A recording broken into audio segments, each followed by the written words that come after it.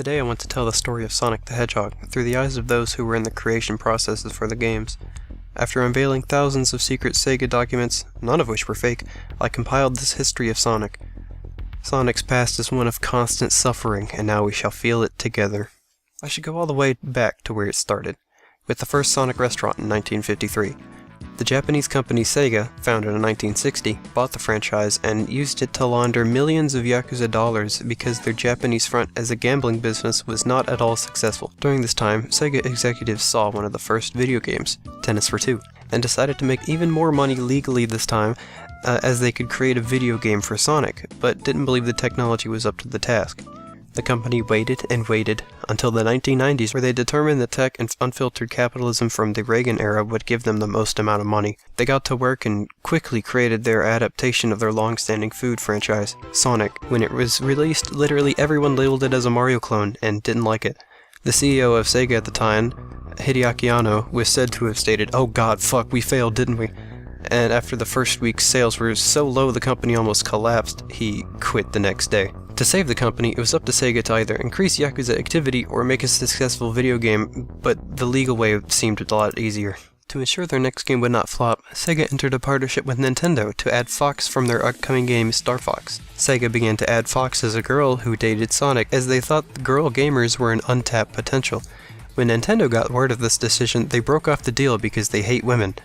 Sega was left with the designs of a character they couldn't use due to copyright reasons, so they added a tail, made the character as a guy, as well as removing the romantic elements because Sega hates gay people. They then renamed the character to Tails because, as quoted by Yuji Naka, Sonic's makeup artist, "Damn Nintendo thinking they can name a character Fox like some kind of zoologist nerd motherfuckers." Soon the game was released and didn't sell a single copy. Nobody bought one. In an attempt to get rid of all 9 million copies of the game they had printed, Sega buried them all in Mount Fuji Center. It is said they're still there today, and the game is considered the rarest game with over 1 million copies along with E.T. At this point, Sega went out of business.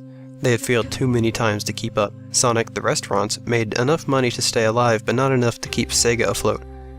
Sonic the game series would not end so soon, however, as another company, coincidentally also named Sega, bought the first Sega and began development on an episodic story game similar to the Telltale games of today. The company released Sonic 3 Episode 1 and Sonic & Knuckles Episode 2, and the games were successful and seen as an attempt at a good game, but the Kickstarter to justify the other 24 planned episodes failed to meet the $250 million goal by $200 million, so the project was cancelled. Sega, to save money, invented a new way to make video games. Hire a different company to do it. Traveler's Tales was brought on to make a game for Sega that would be published under both company names, and there were 2 games that came out of this partnership, Sonic 3D Blast and Sonic R, and it turns out they were the best video games ever. At least one copy of each game sits in everyone's household. Every video game magazine cited them as the greatest achievements in gaming, and Nintendo could only stand by and cry over the fact that they were not the ones who could create such perfection. This highlight in Sonic's life would not last, as the then president of Sega, René Descartes, became upset that he wasn't invited to E3 1998, while Nintendo companies were, not knowing it was an open to the public event. He said in an open letter to E3 on Sega's website that, "This sucks, this fucking sucks, this is just as bad as when I asked out this girl one time and she kept saying, 'I'm gay, god fucking damn it, Janice, why won't you call me back, gamers rise up.'" He was fired the next day, and Sega's reputation was damaged forever. Sega went quiet for a long time. They made no Sonic games over the next few years apart from 2 remasters of relatively unknown Game Gear ports over the first 2 Sonic games, which were not popular by any standards but were still technically better games than what they had made before. Sega stayed alive with their patchy slot machines, ironically making huge money off of gambling 50 years after it was not successful. Sonic has not seen any success as of late. Perhaps Sonic will one day come back and leave his tragic past behind? Who knows? The information I've gathered and presented in this video show that Sonic has had quite the sad life. At least, that's just a hypothesis. A video hypothesis. Thanks for watching.